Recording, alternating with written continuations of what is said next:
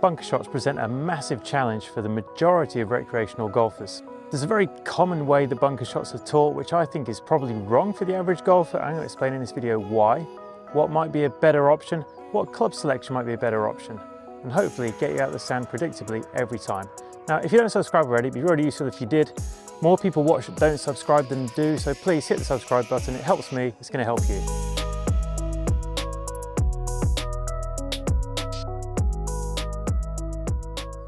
Right, let's begin by looking at the normal, average, run-of-the-mill bunker lesson. What are you told? Typically, open the face right up. The analogy may be sit a glass of water on the club face, right? We've got it flat, we've got the club face aiming vertically.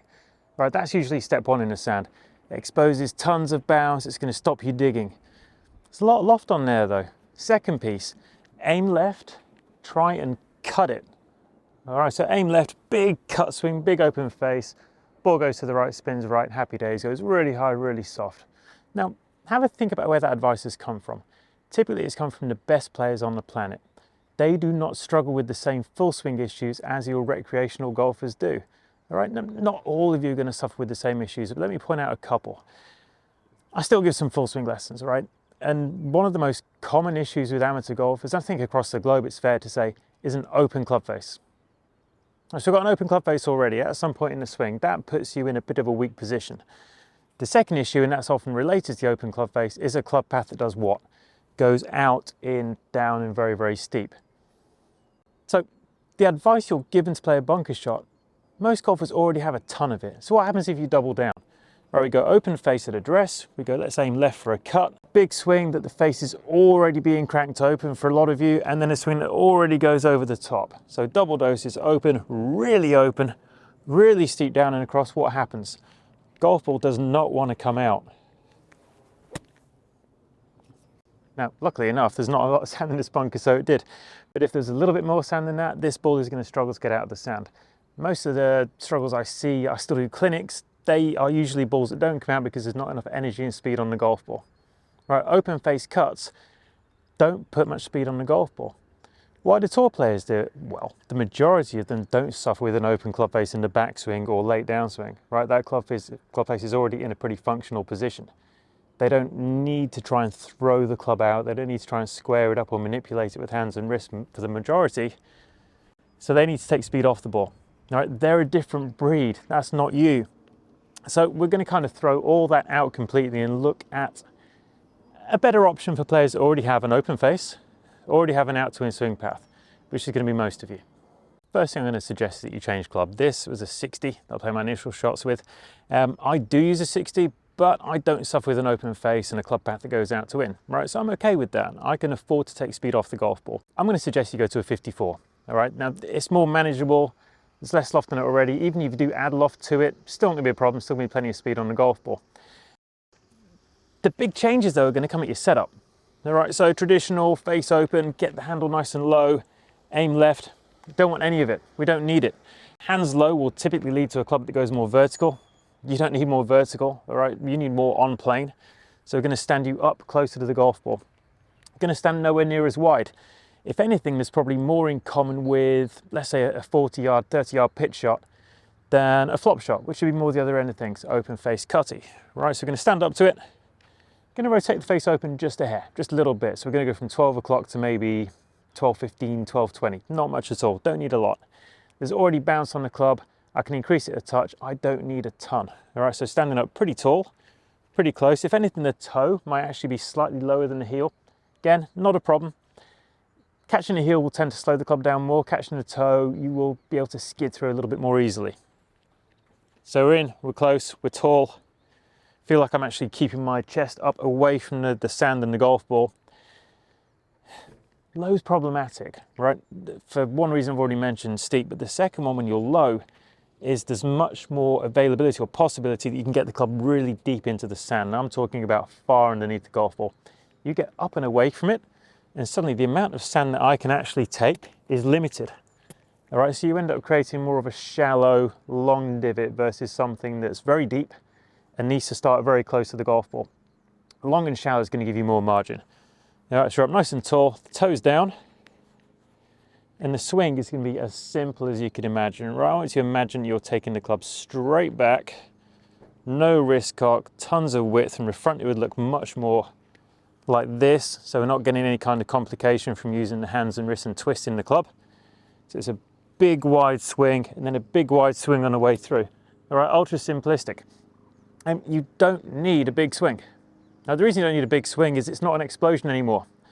You're not having to apply a ton of speed because you've got so much loft and the attack is so steep. It's now going to be shallower, there's going to be less loft on it. You can start to use a bit of finesse, a little bit of control. The test I'd like to use or recommend is that you see how slowly you can actually swing this and get the ball to travel the required distance.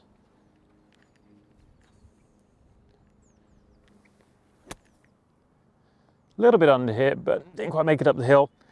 Not bad though, not much effort, right? Not a lot going on my hands and wrists, not a huge amount of body speed. Again, I'm going to keep referring to recreational. I can't say amateur, right? Because there are some ultra elite amateur golfers out there. So I'll say recreational, weekend golfers. As soon as you ask them to apply more speed in the swing, typically things get exaggerated, things get more open, things get more steep. You want to keep the speed down, all right? So it's very much like a long pitch. Let's go again. So tall, stretching out a little bit. I'm actually going to draw a line. We're left aiming a little bit, a line to try and trace. Maybe not the line you usually see in the sand, right? Usually it's dragged in here, try and hit it there somewhere. I'm not worried about that. We're going to take a sliver of sand that's probably 6, 8 inches long at least. It can start significantly back from the ball as long as it doesn't keep going deeper and deeper. Tons of width. Feels very straight both sides of the ball.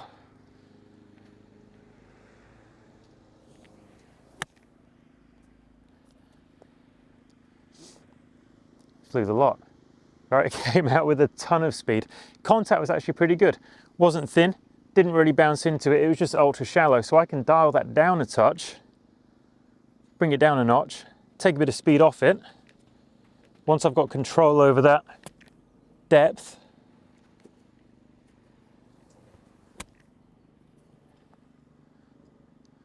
and then it was a really nice, simple shot. Now, it doesn't have to go sky high. Priority number one for you should be to get the ball out of the bunker. Knowing you've got that priority, you don't need speed, you don't need loft, you don't need to cut it.